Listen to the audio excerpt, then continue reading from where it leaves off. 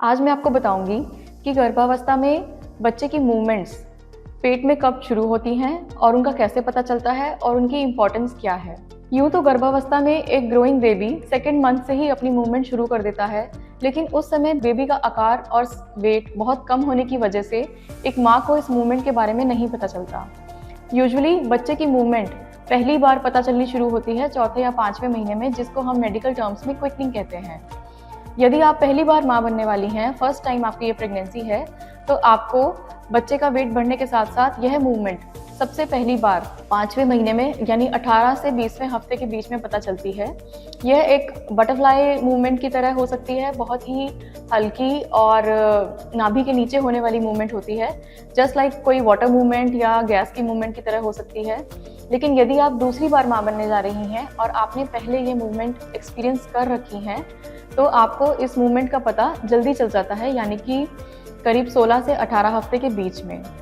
Movement दिन भर होनी ज़रूरी नहीं होती। कई लोग ये सोचते हैं कि मूवमेंट कॉन्टिन्यूसली होनी चाहिए और चिंतित हो जाते हैं कि मूवमेंट बार बार क्यों नहीं हो रही। तो मैं उनको मूवमेंट काउंट करने का तरीका बताती हूँ। यूजुअली कुछ भी खाने या पीने के बाद बेबी ज़्यादा एक्टिव हो जाते हैं, तो काउंट करने का तरीका ये बताती हूँ मैं कि दिन में अगर उन्होंने 3 बार मील लिया है, जैसे ब्रेकफास्ट, लंच और डिनर, तो किसी भी मील के बाद 10 से 15 मिनट एक लेडी को वॉक करनी चाहिए, जिससे कि वो खाना इजीली डाइजेस्ट हो जाए और उसको इंडाइजेशन ना हो।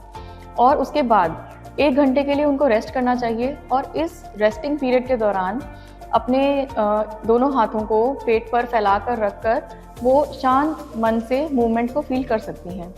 यूजुअली 1 घंटे में बच्चा 3 से 4 बार मूवमेंट कर लेता है। ऐसे ही अगर सुबह से लेकर रात तक वो मूवमेंट को काउंट करती हैं और यदि ये मूवमेंट 10 या 10 से ज़्यादा बार हो रही है, तो यह एडिक्वेट है, पर्याप्त है। लेकिन यदि ये मूवमेंट 10 से कम है, तो उनको डॉक्टर से मिलकर उसका चेकअप कराना चाहिए। साथ ही मैं पेशेंट्स को ये भी बताती हूँ कि बच्चे की पेट में होने वाली मूवमेंट्स पेन नहीं करती हैं, यानी ये पेनफुल नहीं होती हैं, बल्कि एक तरह की गुदगुदी का एहसास देती हैं।